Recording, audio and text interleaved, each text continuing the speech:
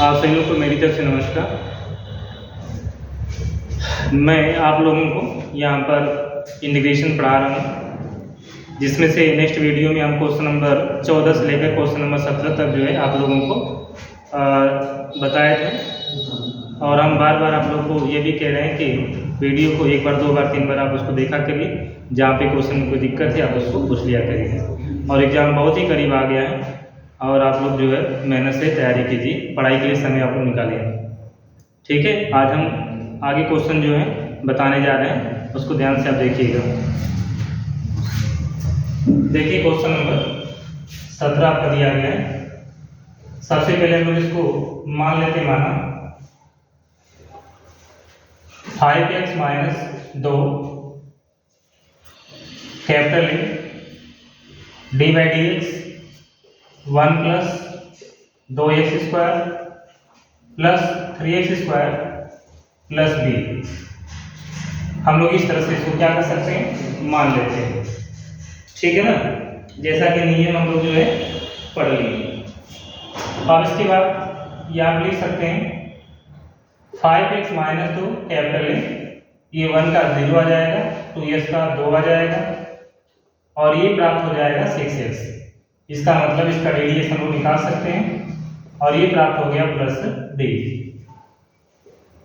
implies that 5x - 2 2a + 6a × x + b। हम लोग यहाँ पर दोनों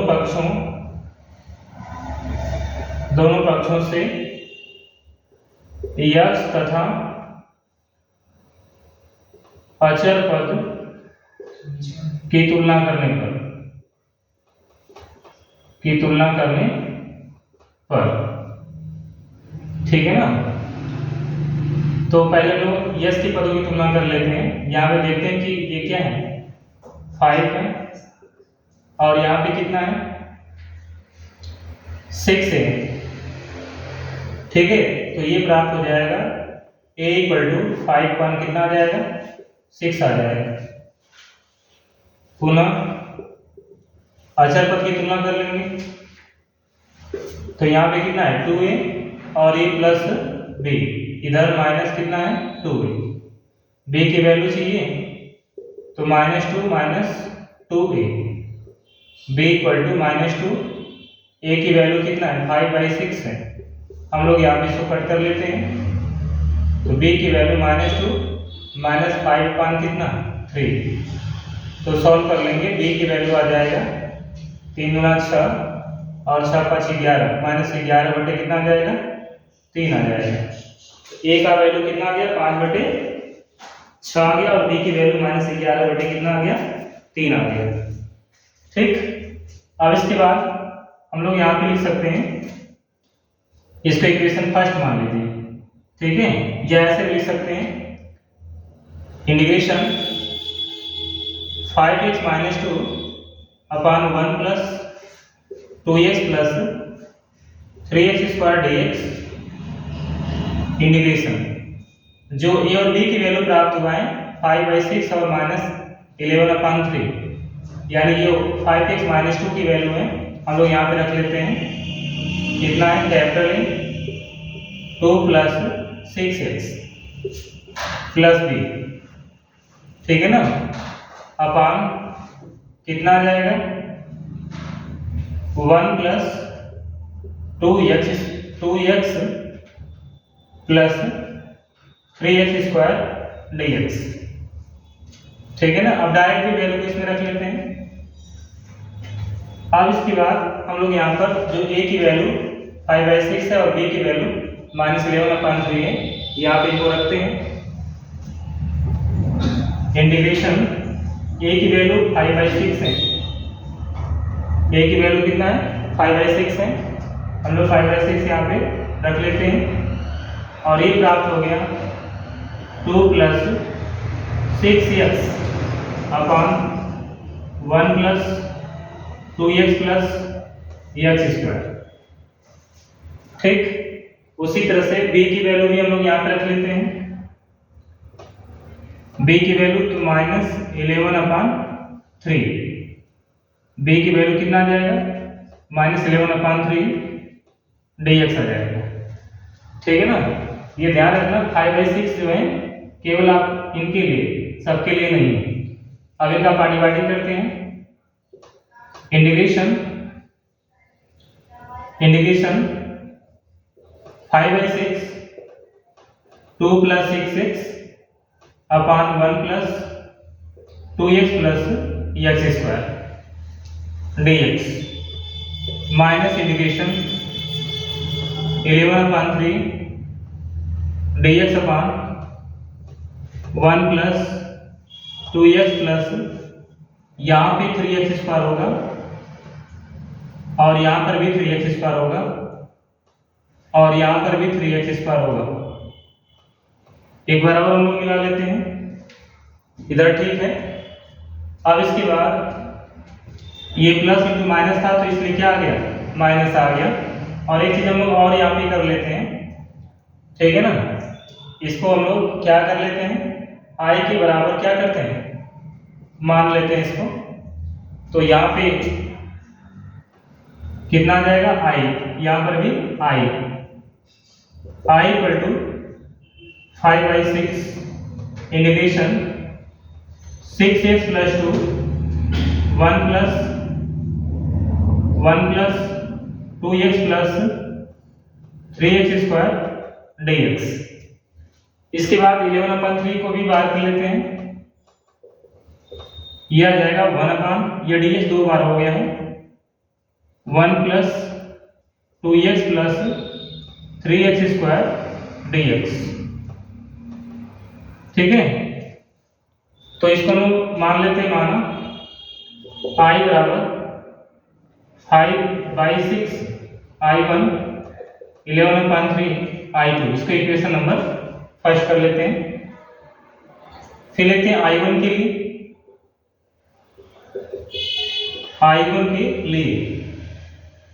तो i1 = integration 6x + 2 1 + 2x + 3x² dx। आप लोग को मालूम होना चाहिए कि ये टर्म किसके लिए माने, i1 के लिए, और ये टर्म किसके लिए माने, i2 के लिए। और i = 5/6 i1 - 11/3 i2 equation number आपका फर्स्ट होगा। यहाँ पे आपको सावधानी बरतनी है, ध्यान रखना कि फर्स्ट वाले पार्ट में तो t मानने पर वैल्यू आ जाएगा, लेकिन सेकेंड वाले में इसका प्रूफ बनाना पड़ेगा। तो कोई जल्दबाजी नहीं है, आप i1 और i2 मान के ही लगाएंगे तो बेहतर होगा, नहीं तो आपको लास्ट में मानने में दिक्कत होगा। ऐसा लगेगा कि इतना बराबर अगर t मान लें तो यहाँ पर भी मान लें तो ये गड़बड़ हो जाएगा, क्योंकि इनका फंक्शन तो निकल पाएगा पर इनका फंक्शन नहीं बन पाएगा, जैसा हम यहाँ पर बताने जा रहे हैं।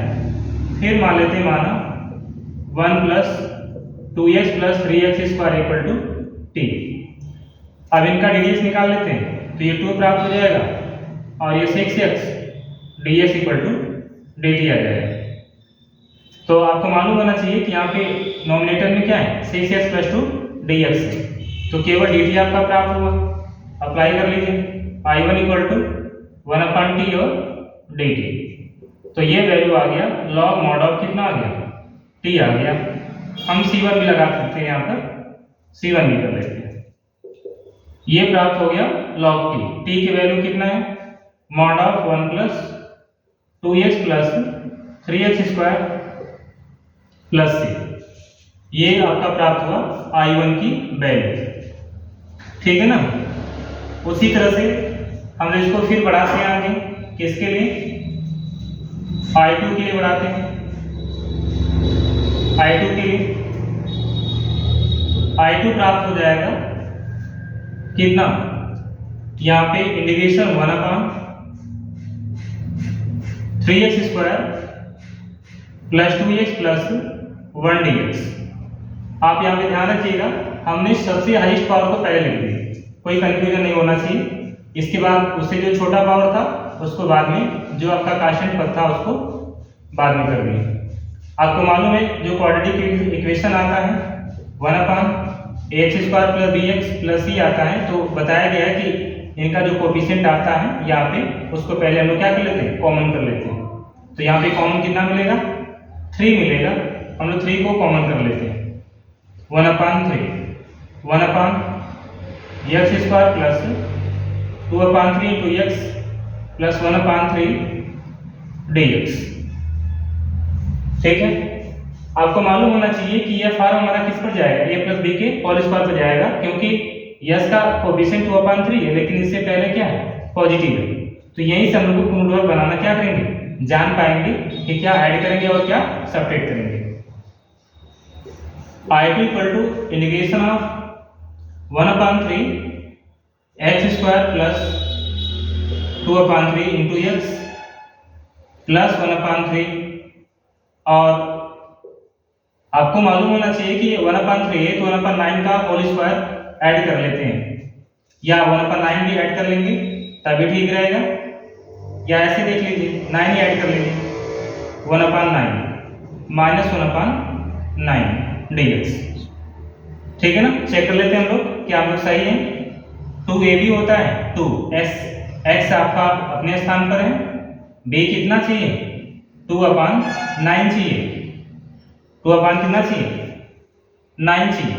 तो यहाँ पर ये 2 तो पहले से था, यहाँ पे 1/, कितना चाहिए 3 चाहिए, तो ये आपका 1/3 आ गया। इसका मतलब 1/9 ऐड करेंगे और सब्ट्रैक्ट करेंगे तो जाकर 1/3 क्या होगा, मिलेगा। किनको साथ में रखेंगे, a² प्लस 2ab और प्लस b², तो ये आपका b की वैल्यू प्राप्त हो जाएगा। आगे बढ़ते हैं। I2 इक्वल टू 1/3 1/, ध्यान रखना कि x² प्लस 2/3 इंटू एक्स और प्लस 1/9 को साथ में रखेंगे, तो x प्लस 1/3 का होल स्क्वायर, या a² plus b² plus 2ab, क्योंकि वह 1/3 का होल स्क्वायर वाला फॉर्म है। इनका एलसीएम कर लेंगे तो 3 से डिवाइड कर लेंगे 9 में, तो 3 ही आएगा, 3 में से 1 को सब्ट्रैक्ट कर लेते हैं, तो ये प्राप्त हो जाएगा आपका 2 प्लस 2/9, ये प्राप्त हो गया आपका dx एलसीएम लेने के बाद। लेकिन यहाँ पर आपको एक चीज ये भी ध्यान रखना है कि हमें फार्मूला अप्लाई करना है, तो ये प्राप्त हो जाएगा 1/3 और x प्लस 1/3 होल स्क्वायर। हम इसको बना सकते हैं √2/3 होल स्क्वायर dx। तो मालूम होना चाहिए कि ये फॉर्म किसका बना, 1/√x² प्लस a² dx का। तो फार्मूला किसका बनेगा, 1/a tan inverse x/a plus c का फार्मूला बनेगा। तो a की वैल्यू कितना है, √2/3 है, और a की वैल्यू x प्लस 1/3 है, और b की वैल्यू √2/3 है। रख लेते हैं हम लोग I2 की वैल्यू। ठीक,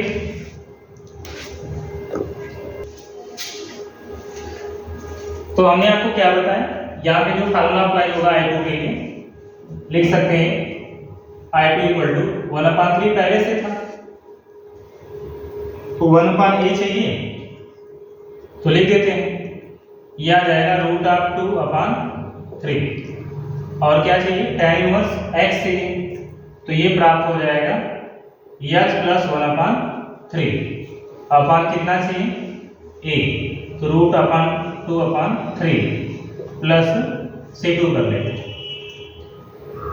ठीक है ना, सॉल्व करेंगे तो ये 3 से 3 भी आपका कैंसिल हो जाएगा, तो I2 की जो वैल्यू प्राप्त होगा 1/√2 tan इनवर्स, इसका एलसीएम 2x प्लस 1, और ये कैंसिल हो जाएगा 3 से 3 जब एलसीएम करेंगे तो, और ये प्राप्त हो गया इतना प्लस c2। I1 की वैल्यू प्राप्त हो गया और I2 की वैल्यू प्राप्त हो गया। ठीक है, अब यहाँ लिख सकते हैं I1 तथा I2 के मानों को समीकरण 1 में रखने पर, हम लोग I2 और I1 का मान किस में रख देते हैं, समीकरण 1 में रख देते हैं, जो कि समीकरण 1 हमारा यहाँ पर बना है, ये वाला समीकरण 1 है। तो ये प्राप्त होगा I इक्वल टू 5/6। I1 की वैल्यू कितना है, लॉग वाले फॉर्म में, तो ये प्राप्त हो जाएगा 5/6 log I1 ये है, ठीक है ना, इसको C1 मान लीजिएगा, ठीक रहेगा। Mod of 1 plus 2x plus 3x square plus C1। इसके बाद I2 की वैल्यू हम लोग यहाँ पे निकाल चुके हैं, पर है कितना, -11/3। तो हम लोग इसको लिख सकते हैं -11/3 1/√2 tan inverse 2x plus 1/2 plus C2। और ये कांस्टेंट जो हम यूज कर रहे हैं उससे कोई कंफ्यूजन न रहे आप लोगों को, क्योंकि हम लोग लगा सकते हैं, एक साथ भी लगा सकते हैं या बारी बारी से भी इसको जो है लगा सकते हैं, ठीक है ना। देखिएगा अभी जैसे 5/6 आया, हम इसको ब्रैकेट में लगा देते हैं, कर लेते हैं, और इनको ब्रैकेट कर लेते हैं इस तरह से। अभी 5/6 जैसे यहाँ पर आया तो यहाँ पर भी जाए, 11/3 जैसे यहाँ पर आया तो यहाँ पर भी जाए, इसलिए I = 5/6 log mod of 1 plus 2x plus 3x square minus 11/3√2 tan inverse 2x plus 1/√2 और प्लस ये कौन सा 5/6 C1 और ये माइनस 11/3 C2। तो I = 5/6 log mod of 1 plus 2x plus 3x square minus 11 3 into √2 tan inverse 2x plus 1/2।